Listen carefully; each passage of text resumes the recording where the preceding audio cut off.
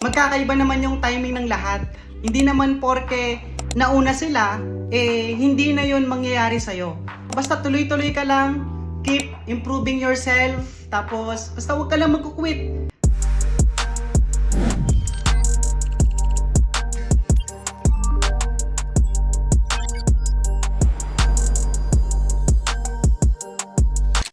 Hi, good morning! Welcome back sa ating vlog. In this video, gusto ko pong i-share sa inyo yung isa sa na-realize ko pagdating sa leadership. At ito po yung naituro sa akin ng isa sa mentor ko way back years ago. Na hindi po sa lahat ng pagkakataon is nakaka-motivate at nakakatulong yung tinatawag natin na laging pagko-compare. Okay? Like for example, may isang leader ka na the way na i-motivate mo siya, na lagi mong kino-compare yung resulta or achievement ng iba. Like, si ganito, ito nakinita niya. Si ganito, ito na yung nabili niya. Dapat, ito rin yung gawin mo. Dapat, gawin mo din yan. Para sa akin, mas nag-work yung ganitong approach na, alam mo ba, si leader na ganito, si member na ganito, may na-achieve na siyang goal, diba? Nabili niya na yung pangarap niya. So, alam mo, okay lang yun. Naniniwala ako na kaya mo din yun.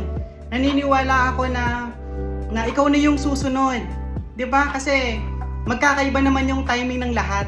Hindi naman porke nauna sila, hindi na yun mangyayari sa'yo. Basta tuloy-tuloy ka lang, keep improving yourself. Basta huwag ka lang magkukwit.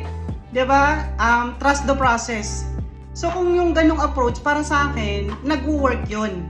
'Di ba? Sabi nga nila, it's not what you say, it's how you say it. Di ba? English yun.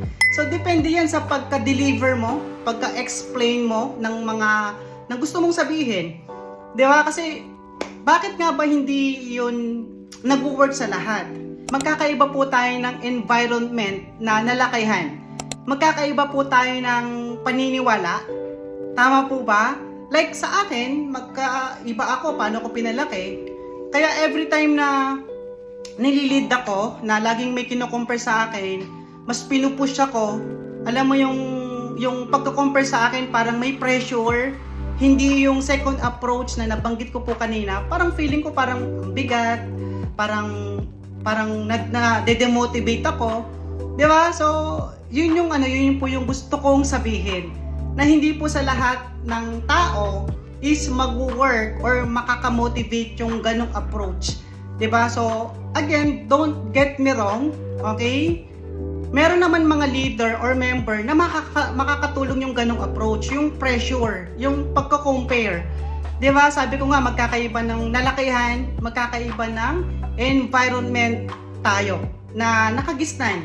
Okay, merong mga nagwo-work, merong hindi nagwo-work. So, kailangan observe ka, alamin mo yung member mo or leader mo, ano yung mga paniniwala niya, ano yung personality na meron siya. Kasi hindi po agad-agad kayang i-change yung mindset nung gina-guide mo, especially pagka bago pa lang siya. 'Di ba? So, yun lang naman na gusto ko pong i-share sa inyo na makakatulong pagdating sa leadership, especially pagka sobrang dami na ng gina-guide mo. Na hindi lahat yan, okay? Or sometimes, akala natin na namamotivate natin o nakakatulong tayo para i-push yung tao na yon. Pero hindi pala natin alam na nade-demotivate na pala natin siya. Okay? So, yun lang, tandaan nyo na it's not what you say, it's how you say it. Kung paano mo siya i-deliver, paano mo siya ipaliwanag, at paano ka nagkakaroon ng talagang concern dun sa tao.